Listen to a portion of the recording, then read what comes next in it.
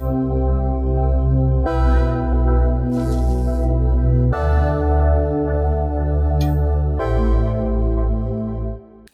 իմ հյուրն այսօր ծնողի դպրոց հասարակական կազմակերպության զարգացման եւ բովանդակության գծով տնօրեն, հոգեբան Լուսինե Աղաբեկյանն է։ Բարև ձեզ։ Ողջույն։ Շնորհակալ եմ նորից ձեզ մեզ մոտ հյուրընկալելու համար։ Այսօր խոսելու ենք մահվան մասին էթիկայի համատեքստում։ Որն է մահվան նկատմամբ վախը եւ ինչպես է այն դրսեւորվում սովորաբար։ Այսօր իսկապես բարդ թեմայի մասին ենք խոսելու, իրականում այն պահից սկսած, երբ մենք գիտակցում ենք մահվան անխուսափելիությունը եւ անդառնալիությունը, դա տեղի է ունենում մոտ 6-7, երբեմն 5 տարեկանին մոտ, երբ երեխան արդեն սկսում է ընկալել, որ բոլորն են մահանալու, այդ թվում եւ ես եմ մահանալու եւ իմ հարազատներն են մահանալու, դա անխուսափելի է եւ անդառնալի։ Ինչ որ առումով այդ պահից սկսած մենք սկսում ենք վախենալ մահից, խուսափել դրանից եւ դա անելու ճանապարհին մեր ենթագիտակցությունը շատ տարբեր հետաքրքիր պաշտպանական մեխանիզմներ է մտածում, որpիսի մենք անընդհատ ամեն օր դրա մասին չհիշենք, անընդհատ այդ վախը չունենանք, մենք տարբեր եղանակներ ենք մշակում, մոռանալու դրա մասին, ինչ որ առումով երբեմն մտածելու, որ դա տեղի կունենա ուրիշների հետ, բայց ոչ իմ հետ, որ ես կլինեմ բացառիկ, որոշ հեղինակներ համարում են, որ մենք ամեն մեկս ենթագիտակցորեն մեր սեփական անմահությանը այնուամենայնիվ մի փոքր հավատում ենք։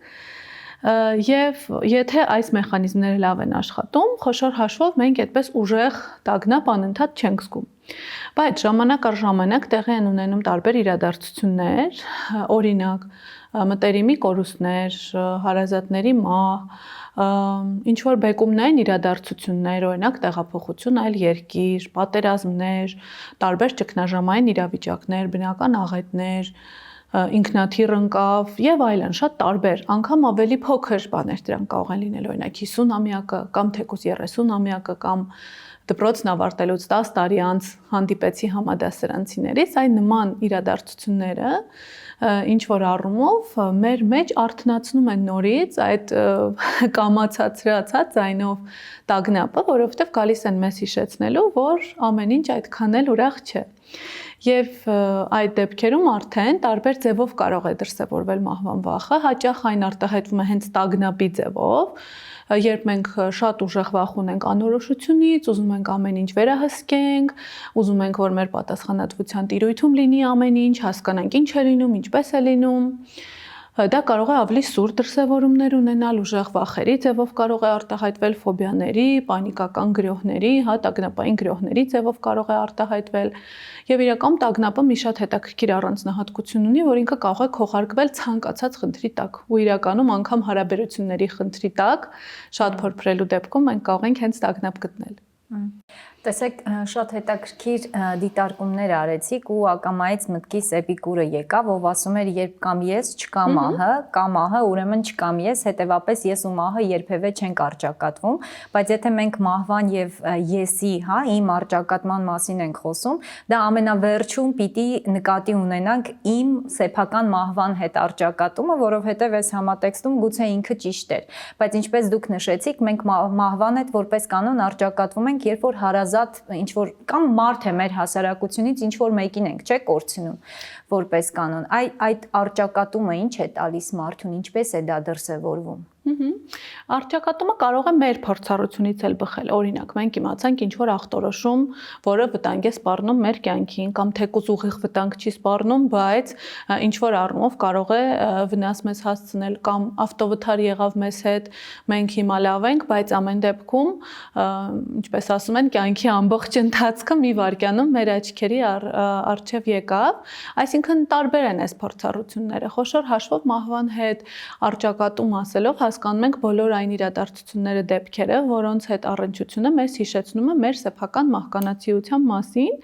եւ որը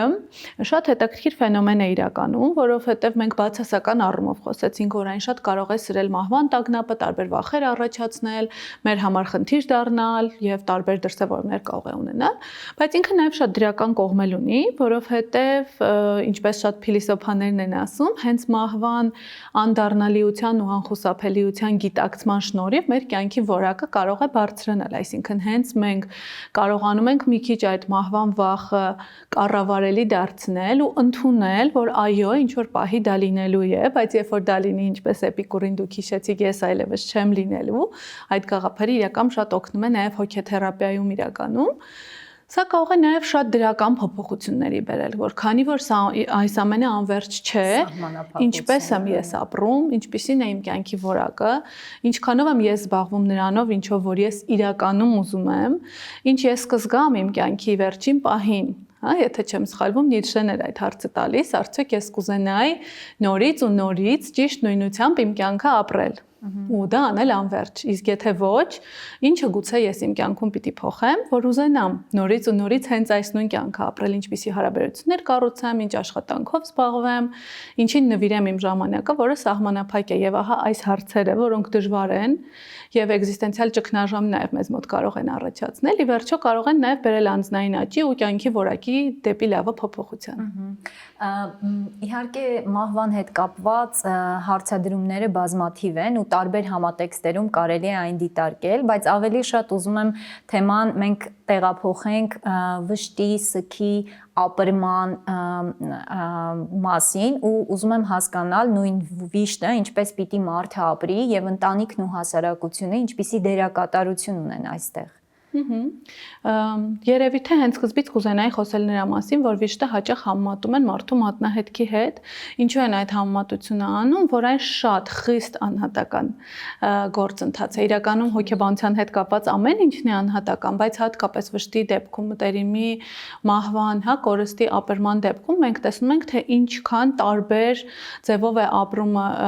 գնում, իրականացում եւ ինչքան էլ կան ինչ-որ ընդհանուր օրինաչափություններ, այնուամենայնիվ դա շատ անհատական process է եւ ի սկզբանե պիտի ֆիքսենք, որ չկա մի ձև, որը կարող ենք ասել ճիշտ է։ Կան մարդիկ, ովքեր լաց են լինում, կան մարդիկ, ովքեր լաց չեն լինում եւ երկուսն էլ հավասարապես ճիշտ կարող են լինել։ Կան մարդիկ, ովքեր ամիջապես են վերադառնում աշխատանքի, կան մարդիկ, ովքեր դադար են վերցնում։ Բայց այստեղ ընդհատեմ, հասարակությունը որպես կանոն ունի որոշակի ինչ-որ կաղապար, ընդունված ձև ու որպես կանոն որոշ մարդկանց սգալու ձևը համարում է ճակերտներում ասած նորմալ, որոշ պարագաներում դիտարկում է, որ այդքան էլ ճիշտ չի ապրում սուքը ու այստեղ էլի մի քանի հարցեր տամ դուք անդրադարձ արեք, տեսեք իրավիճակներ կան, երբ այսինքն այդ սգի ապրումը մարդուն կարող է տանել ինքնաոչնչացման, չէ, կյանքի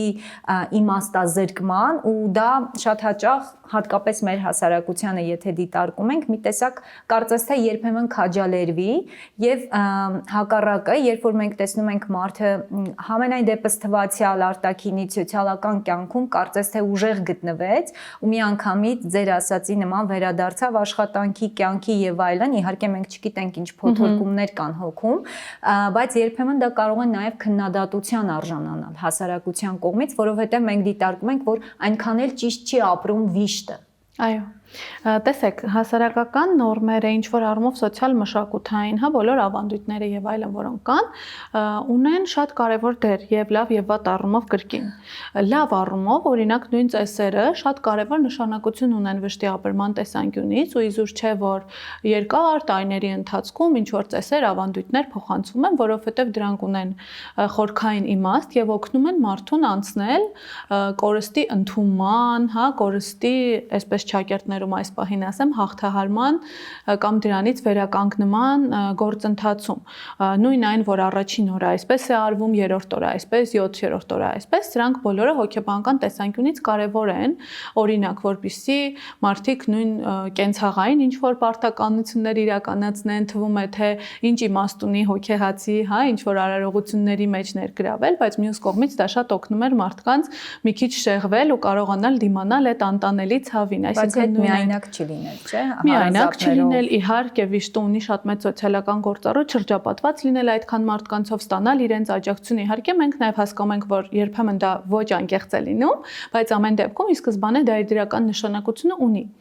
Ուրիշ հարց է, որ ինչ որ պահից սկսած նույն հասարակությունը սկսում է դառնալ շատ թելադրող ու պարտադրող ու ընտրում է ինչ որ չափանիշներ, որոնց չհամապատասխանելու դեպքում քննադատության է արժանացնում վշտի մեջ գտնվող մարդուն, օրինակ տարբեր տարբեր բաներ կան, մազերը ներկելու հետ կապված, չգիտեմ ինչ որ բան հագնել չհագնելու հետ կապված, ինչ որտեղ գնալ չգնալու հետ կապված, որոնք որ հաճախ արդեն իրականում չեն էլ բխում մեր ավանդույթներից, որովհետև նույն մեր ավանդույթների մեջ այդ սքից հանելու եւ մարդուն կյանք վերադարձնելու ավանդույթը եւս կա, այսինքն հասարակությունը ընդունում էր, որ մենք տեսնում ենք, որ դու սքի մեջ ես, բայց արի իրեն ինչ որ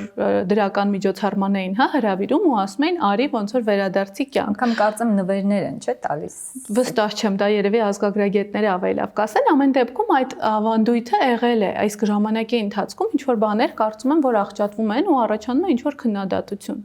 Այստեղ շատ կարևոր է, որ մենք հիշենք, որ քննադատելը ընդհանրապես չի օգնում, որովհետև մենք երբեք չգիտենք, թե ինչ է զգում դիմացինը։ Անգամ եթե մենք ինքներս ապրել ենք կորուստ, անգամ եթե հենց նույն կորուստն ենք ապրել, օրինակ մեր տատիկն էլ է մահացել, իր տատիկն էլ է մահացել, մենք մեր տատիկի հետ լրիվ ուրիշ հարաբերություններ ունեինք, դիմացինը լրիվ ուրիշ հարաբերություն ունի, մահվան հանգամանքներն են տարբեր, մարդու տարիքն է տարբեր, մահացածի տարիքն է տարբեր եւ այլն, շատ գործոններ են տարբեր եւ հետեւաբար մենք ռեալ պետք է ընդունենք, որ մենք երբեք չգիտենք ինչ է զգում դիմացինը եւ անգամ եթե մենք հասկանում ենք ինչ էինք զգում, այդ զգացածի արտահայտման ձևերը շատ տարբեր են ու այստեղ արդեն նորից գործի են դրվում տարբեր ռազմավարություններ, մեկի համար դա շուտ աշխատանքի վերադառնալն է, երկրորդի համար դա շատ շփվելն է, երրորդի համար տանը միայնակ մնալն է եւ մեր աջակցությունը որպես հասարակություն, եթե մենք մտածենք ինչպես պիտի կառուցենք, մենք պիտի կառուցենք հենց անհատի շուրջ, այսինքն իրեն նայելով, իրեն ինչու ոչ հարցնելով, դու ինչի կարիք ունես, դու ինչ կուզես, որ ես անեմ, դու կուզես խոսենք իրար հետ դրա մասին, թե դու կուզես ես քո կողքը ուղղակի լուր ներկայություն ապահովեմ կամ գուցե քեզ հանգիստ թողնեմ, ոչ մի բան չհարցնեմ, բայց օգնեմ այսօր երեխաների դպրոց տանեմ կամ քո համար ճաշ պատրաստեմ, որ այդ մի հարցի մասին այսօր չմտածես։ Այսինքն հենց անհատի շուրջ պիտի կառուցենք, տեսնենք ինքը ինչ կարիք ունի ու որն է իր ձևը դուրս գալու։ Տեսեք, էլի քանի որ խոսեցինք նաև տարիքի հետ կապված, չէ, բացի այդ կան հանգամանքներ, երբ որ մարդը բավականին երկար ժամանակ հիվանդ է լինում եւ այլն, ու հասարակական արձագանքները հետեւյալն է, որ պատրաստ էին, քանի որ հիվանդ էր կամ տարիքն առած էր, ծերեր, ու շատ հաճախ սփոփանքի խոսքերը հենց այդ ձևով կամ այդ բառերով են դրսևորվում, որը հենց այդ պահին վիշտը ապրող մարդու համար իրականում այնքան մի տեսակ սրեր կարծես թե լինեն ու ծակում են, ցավը ավելի ուժեղացնում են ու այստեղ սրա հետ կապված բարոյականության համատեքստում կուզեմ մի փոքր անդրադարձ անենք, որովհետև ինչպես դուք էլ շատ ճիշտ նշեցիք, անգամ եթե ոմանց համար դա տարիքն ապրած էր, ծերեր կամ ինչ-որ մի բան, բայց դա քո հարազատն էր ու քեզ համար ընկալումները կարող են բացարձակ տարբեր լինել։ Մտերիմի կորստի ապրման, հա, աստիճանը, այն թե ինչքան բարդ կգնա մի շարք գործոններից է կախված, մի քանիսը արդեն նշեցի, տվյալ մարդու տարիքը, մահացածի տարիքը, մահացածի մահվան հանգամանքները, հատկապես բռնի անսպասելի տեղի ունեցած կորուստները բնականաբար տրամաբանորեն ավելի դժվար են ապրվում, բայց շատ կարևոր գործոն է նաև հարաբերությունների բնույթը եւ մտերմության աստիճանը։ Տեսեք, ես չեմ ասում օրինակ արունակցական կապը, որովհետեւ մարդը կարող է իր տատիկի հետ, ում հետ ունի արունակցական կապ, այդ կապվածությունը չունենալ, բայց շատ մեծ կապվածություն ունենալ իր հարևանուհու հետ, ով որ օրինակ ոչ մի արունակցական կապ չունի։ Այսինքն այստեղ ամենաառաջին տեղում, ամենաառաջին գործոնը, որպես այդպեսին այդ մտերմության աստիճանն է։ Ու այո, կան ինչ որ ընդհանուր տրամաբանություն այդ ամենի մեջ, բնականաբար, եթե մարդը երկար ժամանակ անկողնային հիվանդ է ու մենք գիտենք, որ ինքը գնում է դեպի մահ, կա հավանականություն, որ հարազատները արդեն դա ընդունել են, դա անվանում ենք կանխատեսող վիշտ ու երբեմն մինչև հենց հարազատի մահը արդեն վշտի գործընթացը ինչ որ առումով սկսվել է եւ հարազատները արդեն ինչ որ առումով նախապատրաստված են, բայց պիտի հիշենք, որ այդ տրամաբանությունը միշտ չի ու բոլորի դեպքում չի աշխատում, որովհետեւ կարող է այնքան ժխտել մեր հոգեկանը այդ լուրը, որ ինքը մահանում է, մարդը միջև վերջ պայքարի, միջև վերջ փորձի, այս բուժումը, այն մյուս տարբերակը, այն ինչ որ ոչ ավանդական մոտեցումները ու ունենա իր ներսում շատ այդ հավատը, որ ինչ որ բան կստացվի ու միևնույնն է իր համար դա լինի անսպասելի ենք, չէ։ Այո, հաճախ այո, ու միևնույնն է իր համար դա կարող է լինել անսպասելի որպես այդպեսին։ Հատկապես անելանելի իրավիճակներում միշտ սպասում ենք այդ հրաշքին, ինչ որ մեկին կամ ինչ որ միջոցի, որ կհայտնվի եւ մեզ դուրս կբերի, բայց ամեն դեպքում բարոյականության համատեքստում հատկապես հասարակությունը կարծում եմ իր արձագանքներում պետք է շատ զգուշ եւ զուսպ լինի նման իրավիճակներում, ինչպես դուք նշեցիք, դա այնքան խիստ անհատական ընկալում է եւ դրսեւորում, որ օգնելու փոխարեն շատ ավելի չցավեցնի, որով Այո, ու այստեղ շատ պիտի համաձայնվեմ ձեր հետ, որ ասեցիք սրերով, ես նկատել եմ, որ հենց կորուստ ապրող այցելուները շատ զգայուն են շրջապատողների արձագանքների հանդեպ, ու այն ինչ որ սովորական իրավիճակում իրենք երբեք չեն նկատի, իրենք շատ զգայուն են, օրինակ, նայեց այսպես, հա, կամ սովորական ինչ որ արտահայտություն, դու պետք է ուժեղ լինես, որ առաջին հայացքից թվում է, ոնց որ վատ բան չէին ուզում իրեն ասեն, բայց այնքան խորապես կարող է ցավեցնել այդ մարդուն, ոնց ես կարող եմ այս իրավիճակում լինել ուժեղ, ոնց այս իրավիճակում ինքը կարողացավ ինձ դա ասել, ու շատ հաճախ ես նկատել եմ, որ հարաբերությունները կտրուկ վատանում են կորուստ ապրող մարդու մոտ այլ մարդկանց հետ, որովհետև հաճախ մարդիկ զգում են, որ ոչ ոք իրենց չի հասկանում, հաճախ կա անկալում, որ իմ կորուստը ամենածանր կորուստն է, ամենաողբերգական կորուստն է, ոչ մեկ դա չի զգացել, ոչ մեկ չի հասկանում ես ինչ եմ զգում, ու քանի որ նաև կա գերզգայունություն այդ բոլոր տեսակի հայացքների եւ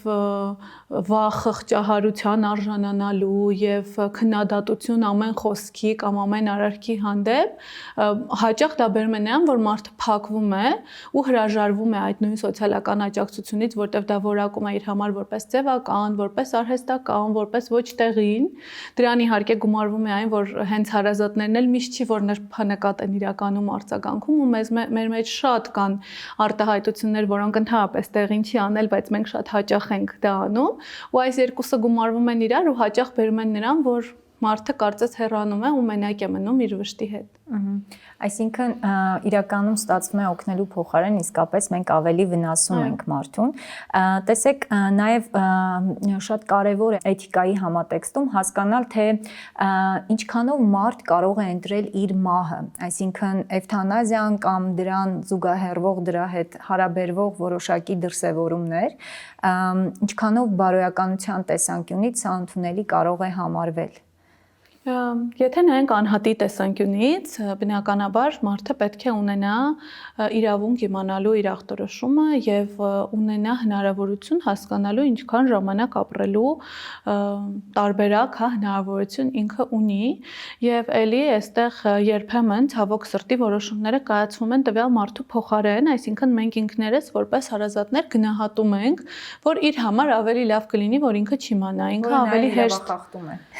Իրականում այո, որ իր համար ավելի հեշտ կլինի, որ ինքը չիմանա, անգամ բժիշկները շատ հաճախ շրջանցում են այդ փաստը, փորձում են այլ կերպ ներկայացնել եւ այլն, մինչդեռ նույն արտասահմանյան գրականության վերլուծությունը, որտեղ որ շատ են աշխատում, հա, տերմինալ հիվանդություն ունեցող մարդկանց հետ հոգեբանական աշխատանքը բավականին զարգացած է,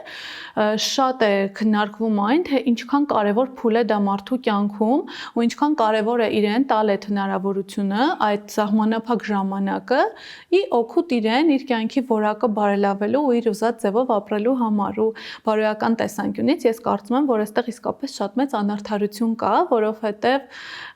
մարդը չի ունենում այդ հնարավորությունը, բայց ավելի հաճախ մեկ այլ ենթատեքստ էլ այստեղ կա, մարդը իրականում գիտի, ուղղակի քանի որ իրեն չեն ասում, ինքը ձևացնում է, որ ինքը չգիտի։ Այսինքն էլի այն հետաձգելու պահն է գալիս, որ մենք ամեն դեպքում էլի հրաշքի ենք սպասում, էլի փորձում ենք մահվան այդ հանդիպումը հետաձգել, չէ՞, ամեն դեպքում փորձում ենք չընդունել։ Համ դա, բայց կարծում եմ, որ շատ մահացու հիվանդություն ունեցող մարդիկ իրականում ընդունում են, բայց չեն կարող դրա մասին խոսել, որովհետև շրջապատը պատրաստ չի։ Մահվան մասին շատ դժվար է խոսել։ Մարդիկ խուսափում են թեմայից, ու հենց հարազատների համար դժվար է գտնվել մարդու կողքին երկար ժամանակ հասարակության մեջ։ Ու շատ դժվար է գտնվել մահվան կողքին, ինչ որ առումով մահացող մարդու կողքին գտնվելը նշանակում է գտնվել մահվան կողքին, դա դժվար է։ Նաև դրա համար են խուսափում հարազատները, ոչ միայն հիվանդի մասին մտածելով, այլ նաև որովհետև իրենց մահվան վախը շատ կտրուկ բարձրանում է այդ դեպքում։ Այ հետաքրքիր է, հիմա որ ասացինք վախենալու է եւ այլն, միանգամից գրականության մեջ, մեդիայում, չէ, արվեստում մահը շատ հաճախ սրբացվում է, հերոսացվում է, սրա հետ կապված ինչ կասեք։ Մի փոքր հետ գնամ ու հետո գամ սրան, այստեղ ուզում եի նաև շեշտել այն պահը, որ հաճախ հիվանդը մենակ է մնում, որովհետև ինքը գիտի ինչ է իրականում տեղի ունենում, իր հետ ոչ ոք դրա մասին չի խոսում ու ինքը իր ապրումների հետ մնում է միայնակ ու ինձ թվում է շատ կարևոր է իդեմս հարազատների ունենալ մեկին, ում հետ կարող ես խոսել նրա մասին, որ ես գիտեմ, որ մահանալու եմ, դա իմ համար վախենալու է կամ իրականում վախենալու չէ, ուզում եմ այսպիսի բան լինի իմ մահից հետո եւ այլն։ Այսինքն այս ասպեկտն էլ պիտի հաշվի առնենք, որ մարդուն իրականում մենակ չթողնենք նրա հետ ինչ ինքը զգում է, իսկ մարդը կարծում եմ մեծ մասամբ դեպքերում զգում է իր հետ ինչ է կատարվում։ Սրբացման մասը եւս շատ կա, ռոմանտիզացիան, այսպես ասած, մահվան, որը հատկապես շատ արդիական է կարծում եմ հետպատերազմական իրավիճակների համար, որտեղ որ հերոսները, զոհվածները հերոսացվում են, ինչը բնականաբար շատ կարևոր է, որ այդ հերոսացումը լինի, որպեսզի եւ հարազատները, գոնե ինչ որ ձևով, գոնե ինչ որ փոքրիկ իմաստով իմաստավորեն իրենց համար, իրենց զավակների արածները, բայց մյուս կողմից սա վտանգավոր կողմ էլ ունի, որովհետեւ մենք չենք հերոսացնում ողջ մնացած մարդկանց, որը եւս շատ կարևոր է, որտեղ ովքեր որ անցել են դժոխքի միջով ու ողջ են մնացել, նույնպես հերոսներ են, ու իրենց մասին նույնպես պետք է խոսվի, որպեսզի նույն երիտասարդ ծերունդը, նույն պատանիները, ովքեր որ մեծանում են, իմանան, որ հերոսանալու ճանապարհը միայն մահանալը չէ, որ հերոսանալու ճանապարհը նաեւ հաղթահարելն է ու ողջ մնալն է ու կարծում եմ սա շատ կենսական նշանակություն ունի մեր բոլորի համար ու կանխելու նաև պատանիների սխալ, այսպես ասած, պատկերացումները նրա մասին, թե ինչն է լավ, ինչն է նշանակում լինել հերոս ու կանխելու այս վտանգավոր վարքագծերը ոչ տեղին, ոչ հիմնավորված ռիսկին գնալը եւ ինչու ոչ անգամ նույն ինքնասպանությունների դիմելը, որը արդեն մի քիչ կտրվում է նախորդ համատեքստից, բայց նույն ինքնասպանությունների հետ կապված էլ երբեմն ինչ որ տարբեր մոտեցումներում այդ իդեալիզացիան գնում է, որը բնականաբար շատ վտանգավոր է։ Ու բացի այդ նաև հասարակական ընկալումներում դարձյալ տարբեր կերպ են ընկալվում տարբեր մարդկանց մահերը, չէ՞, եթե հայտնի ինչ որ մեկն է մահանում, մի տեսակ շատ ավելի կարծես թե դրանով ավելի արժևորվում է, ավելի փառաբանվում է եւ այլն, եւ ընդհակառակը, եթե հասարակության մի քիչ ավելի ստորին խավի ներկայացուցիչ է, անտեսված մարդիկ եւ այլն, ու երբ որ դրանք իրար զուգահեռ են, մյուս ներքևում գտնվողը, ճակերտներում ասված, շատ հաճախ ավելի ծանր ու ավելի խորությամբ կարող է զգալ այդ ամենը, որտեղ ստացվում է, որ գրեթե հավասար պայմաններում մահվանն արժանացած մարդիկ, բայց հասարակական ընկալումները եւ հասարակության վերաբերմունքը կարելի է ասել հակոտնյա են, որը բնականաբար ավելի բարդացնում է։ Համաձայն եմ եւ շատ խոցելի են դառնում, այս մարդիկ իրականում ու ցավը նաեւ նրանում է, որ կորուստ ապրող մարդիկ խոցելի են շատ տարբեր ազդեցությունների նկատմամբ եւ վնասակար սովորությունների նկատմամբ եւ տարբեր կառույցների մեջ, այդ թվում չգիտեմ, օրինակ աղանդավորական կամ ոչ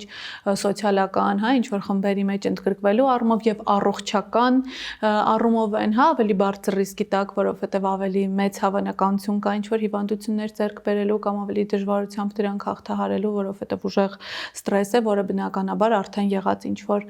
ներքին գործընթացներ կարող է շատցրել եւ էլի այստեղ նորից կանգնում է էթիկապես այն հարցը, թե ինչ ենք մենք որպես հասարակություն անում, ել ավելի այդ խոցելիությունը չսրելու համար, ինչքանով մենք կարող ենք լինել հավասարապես ուշադիր բոլոր մարդկանց հանդեպ, անկախ իրենց հայտնի կամ սոցիալական ինչ որ կարգավիճակից, ինչքանով ենք կարող լինել նրբանկատ ու տալ հենց այն աջակցությունը, որի կարիքը իրենք ունեն։ Որովհետև ինչպես դուք ինքներդ էլ նշեցիք, չէ, այդ նույն մահվան արարողությունները մեծամասամբ հենց հասարակության եւ անհատի փոխհարաբերությունները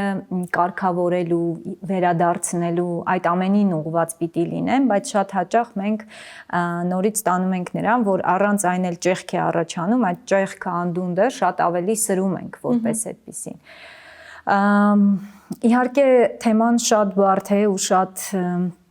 փոթորկացնող, այսպես ասած, որովհետև անգամ երբ որ մենք թեմայի մասին խոսում ենք, ակամայից մտովի միշտ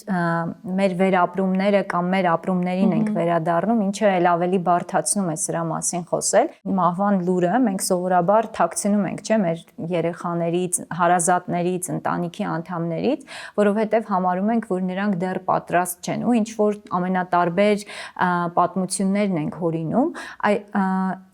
ինչպես պիտի մենք վարվենք, ինչպես պիտի նախապատրաստենք կամ տեղեկացնենք նույն 5 տարեկան երեխային, չգիտեմ, շատ հաճախ շատ ավելի մեծ տարիքի երեխաներին կամ շատ ավելի փոքր, բայց որ ընտանիքի անմիջական անդամն է հեռանում եւ բնական է, որ այդ երեխան մի օր հարցնելու է, ուր է, երբ է վերադառնալու։ Այստեղ մեր վարքը բարոյականության համատեքստում ինչպիսին պիտի լինի։ Շատ հետաքրքիր հարց է, իրականում բոլոր այն դեպքերում, երբ երեխայի համար մտերիմ նշանակալի ինչ-որ մեկն է մահանում, դա կարող է լինել հենց ընտանիքի անդամ, բայց ոչ միայն ինչ-որ մեկ, ով երեխայի անմիջական շրջապատից է, ում բացակայությունը ինքը կնկատի ու եթե երեխան արդեն խոսում է, ընկալում է մեր ասածը, կարող է մեզ պատասխանել, անգամ այդ փոքր տարիքից սկսած, մենք մահվան լուրը անպայման պետք է հայտնենք։ Չհայտնելու դեպքում մենք ունենում ենք շատ ավելի շատ լուրջ խնդիրներ։